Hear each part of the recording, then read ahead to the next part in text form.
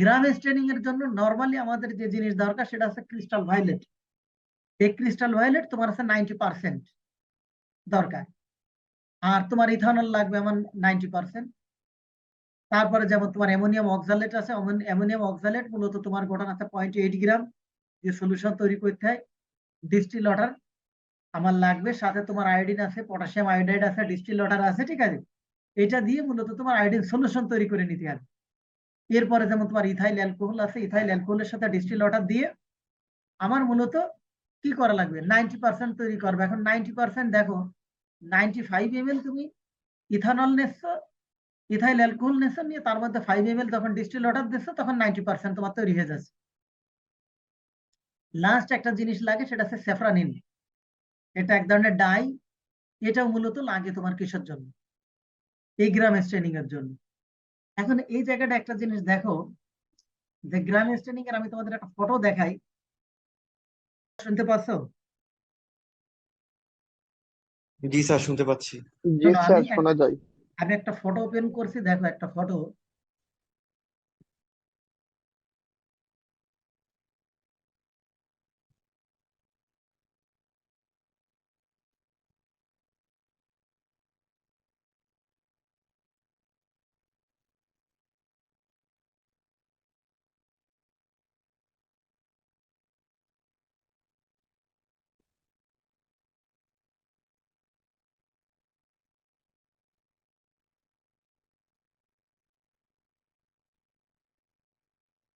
এই ফটোটা দেখতে পাচ্ছ তোমরা? এখন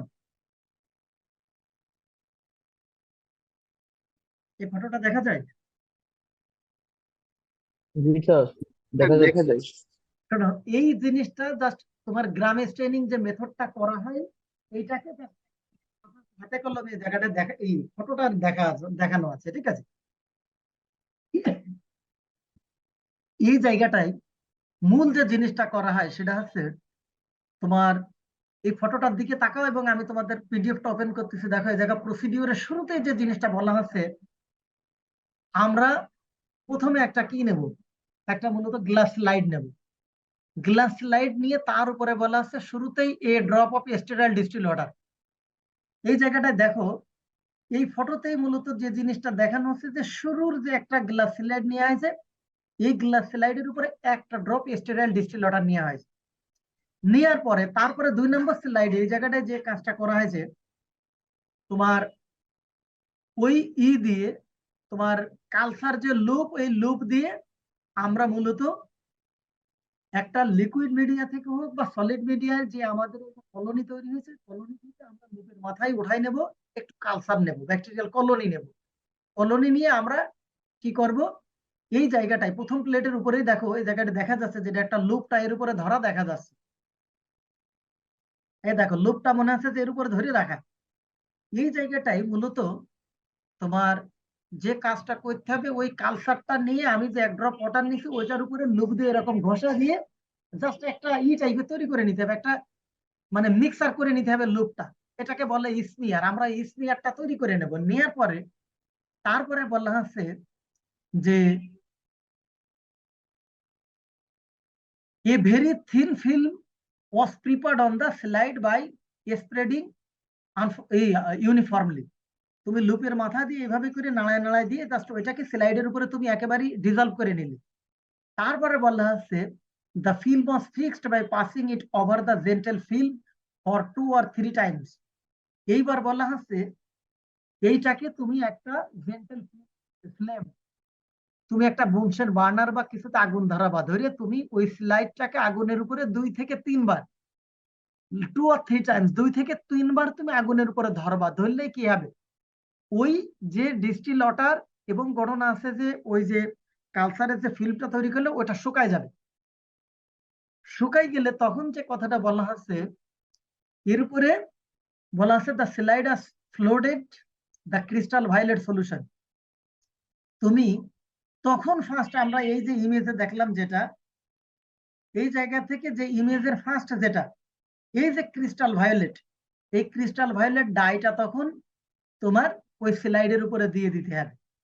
স্লাইডের উপরে দেওয়ার পরে যে কাজটা করা লাগবে বলা হচ্ছে and allow to 30 second, 30 second তুমি ওইটা দিয়ে রাখবা।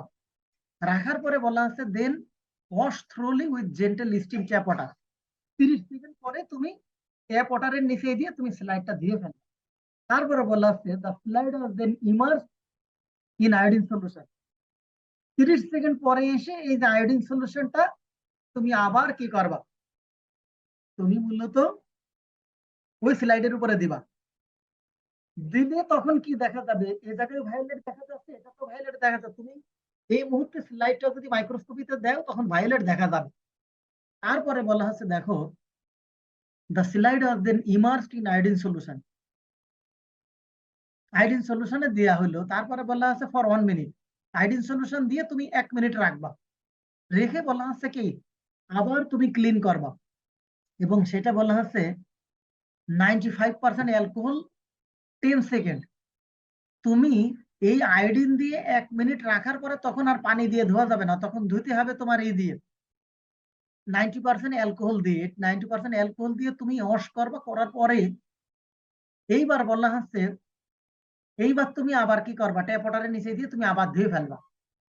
ধোয়ার পরে এইবার বলা হচ্ছে the slide was then covered safranin for 1 minute.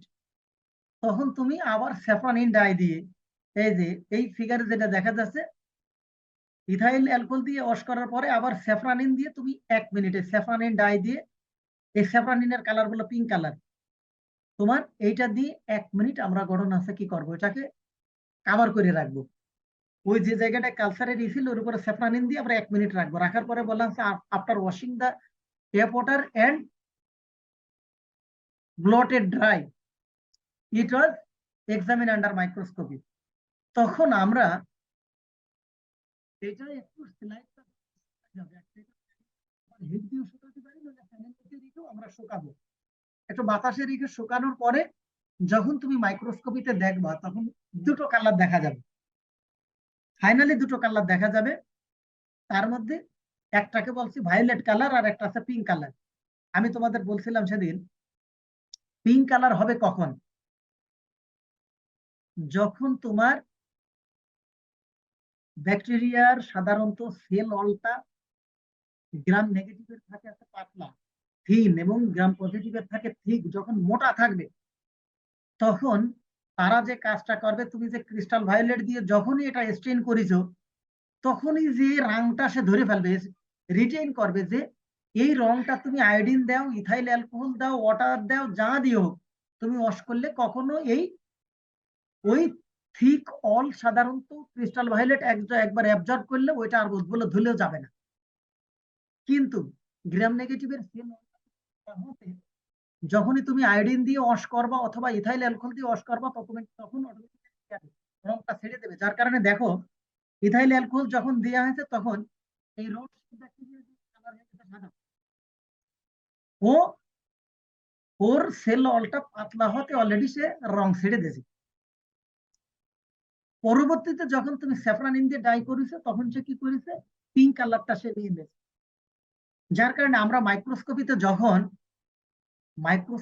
যখন আমরা এটা দেখি, মানে ফাইনালি আমার স্টেনিং করার পরে যখনই দেখি পিঙ্ক কালার যেটা দেখা যাবে সেটা হচ্ছে গ্রাম নেগেটিভ। এটা হচ্ছে গ্রাম নেগেটিভ মাইক্রো অর্গানিজম বা গ্রাম নেগেটিভ ব্যাকটেরিয়া। আর যেগুলো ভায়োলেট কালার দেখা যাবে এটা হচ্ছে গ্রাম পজিটিভ। এ জায়গায় মূল যে কারণটা সেটা হচ্ছে গ্রাম পজিটিভের সেল ওয়ালের থিকনেসটা বেশি হতে সে ক্রিস্টাল ভায়োলেট একবার অ্যাবজর্ব করার পরে ক্রিস্টাল ভায়োলেট আর সে ছাড়বে না। আর গ্রাম নেগেটিভের পাতলা হতে তার সেল ওয়ালটা তোমার ক্রিস্টাল ভায়োলেটটা ধরে রাখতে পারবে না, যার কারণে সে সাদা হয়ে যাবে। কিন্তু পরবর্তীতে যখন স্যাফরানিন দিয়ে আবার ডাইং করা হবে তখন সে পিঙ্ক কালারটা ধরবে। কিন্তু তখনই আইডেন্টিফাই করা যাবে যে আমার পিঙ্ক কালারটা আছে গ্রাম নেগেটিভ আর ভায়োলেট কালারটা হচ্ছে আমার কি গ্রাম পজিটিভ। এখন একটা জিনিস দেখো, এটা গেল তোমার হচ্ছে গ্রাম স্টেনিং সাধারণত করা হয় এইভাবে।